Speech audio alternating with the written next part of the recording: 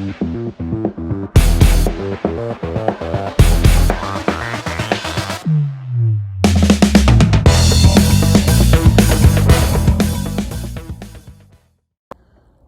guys, welcome back to another episode. Today I'm out working on the boat again, getting everything into tip-top shape for the tournament season, which is starting shortly. And today specifically what I've been doing is hooking up the power pole Charge and making sure that it's functioning properly and hooked up to my Battleborn lithium batteries. There's a couple of things that I do want to point out.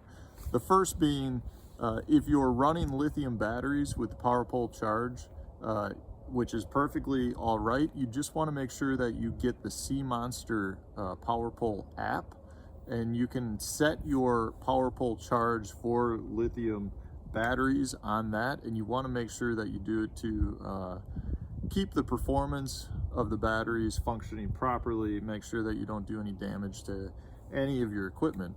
The Charge is going to be a huge addition to my boat this year. I haven't run it in the past. I've only heard fantastic things about it, where guys are fishing, on a river all day with their trolling motor on high, and they're coming in and their batteries are like 85% full still.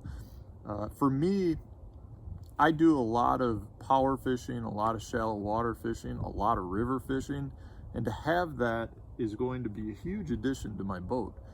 Now, what I will say is I've had a lot of questions where guys are like, well, what do you need the power pole Charge for if you're running lithium batteries? Don't you think your batteries will last all day? And my answer to that is absolutely yes, they will. In fact, my batteries will last me 2 or 3 days of full fishing, heavy duty current. If I'm running on high all day for multiple days, I feel 100% confident that my Battleborn batteries will get me there. But they don't do everything that the Charge does. Now, this is what's so great about the Charge. The Charge is going to allocate power off to the batteries that are low, whether it's my trolling motor batteries or my starting battery. Now, my starting battery is still just an AGM battery. It's not a Battleborn lithium battery.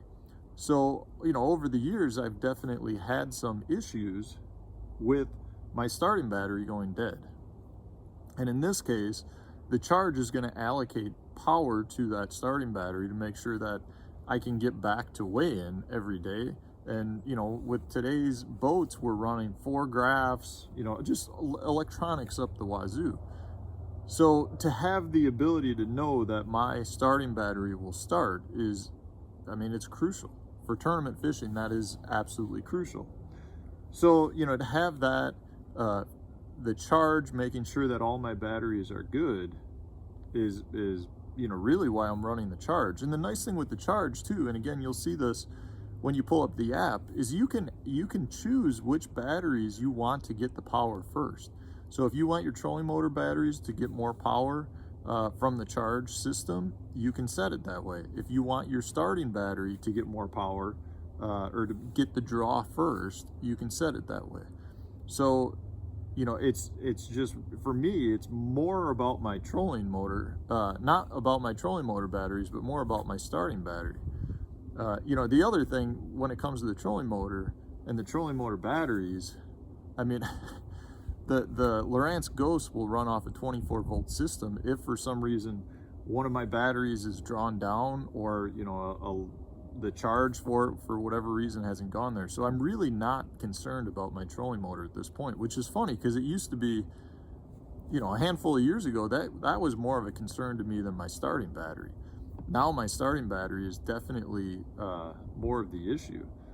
So the Charge has a jump in it, just like a lot of the boats today come with a power switch that will allow you to take power from your trolling motor batteries to your starting battery if in fact you are running low. So in this case, the Charge takes over that function. So I also want to point out, when you hook up your boat and you install it, that you want to make sure that you disconnect that jumper system that you have in your boat already, because you will no longer need that. And you definitely don't want to have both of them hooked up. And again, it's a really straightforward system. When you get the power pole Charge and you go to do the install, there's the directions are great. A couple of YouTube videos will help you as well. And then, you know, really the Sea Monster app takes over for everything, and you can then at that point, you know, set your charge system to work in the manner that you want it to. And at the same time, you can see like all the analytics of what's going on back there, which is really cool too, because I've never had that ability to see, you know, how low in fact my batteries actually were. So it's a great system.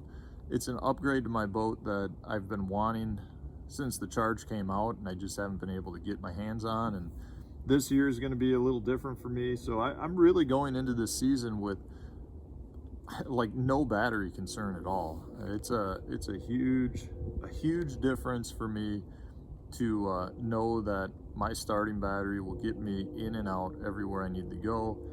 You know, like I was saying with the Battleborn batteries, the trolling motor batteries are no longer much of an issue.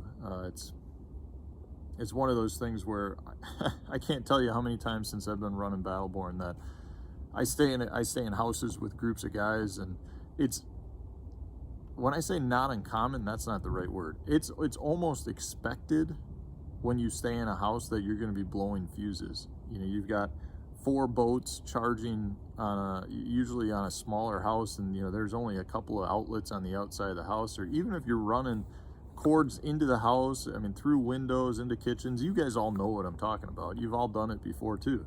And I mean, you turn the microwave on and all of a sudden you trip the breaker and your batteries, you know, aren't getting charged. And I can't say enough good things about the Battleborn, where, you know, this happens multiple times a season, and I just wake up in the morning and I'm like, all right, I guess today I'm going out without a full charge of my batteries, and doesn't bother me at all. And I've never had one shut down or fail on me. It's almost to the point now where I want to see how long I can go on them. I mean, can I fish the Mississippi for 12 hours a day in heavy current and still not blow a battery or drain it to the point where it shuts off? I don't know. I haven't done it yet. I don't know of anybody that has done it yet. So, you know, maybe I'll do that in a video. I'll just see how long I can go before I actually pop one of them, and see when it'll shut itself down. But so anyways, guys, I just wanted to go over this with you. There's definitely a few things you do want to watch out for when you set up the Charge. If you're running lithium batteries, like I said, you want to make sure you have it set properly on the Sea Monster app. You want to make sure that you disconnect any of your existing jumper systems in the boat, because those are no longer needed. Other than that, it's pretty straightforward. It's a really easy system to set up, and I'm looking forward to running it. So guys, if you enjoyed the video, like and subscribe. I appreciate all the support that I can get from you guys. And then you know, if you've got some things that you see in my boat that you want me to talk about why I've got it hooked up in a certain manner, or just, you know, why I'm running things that I am, please let me know. I'd love to talk about it, and if it's something that's deserves a video, I can shoot a video on it too. Anyways, we'll catch up with you in the next one.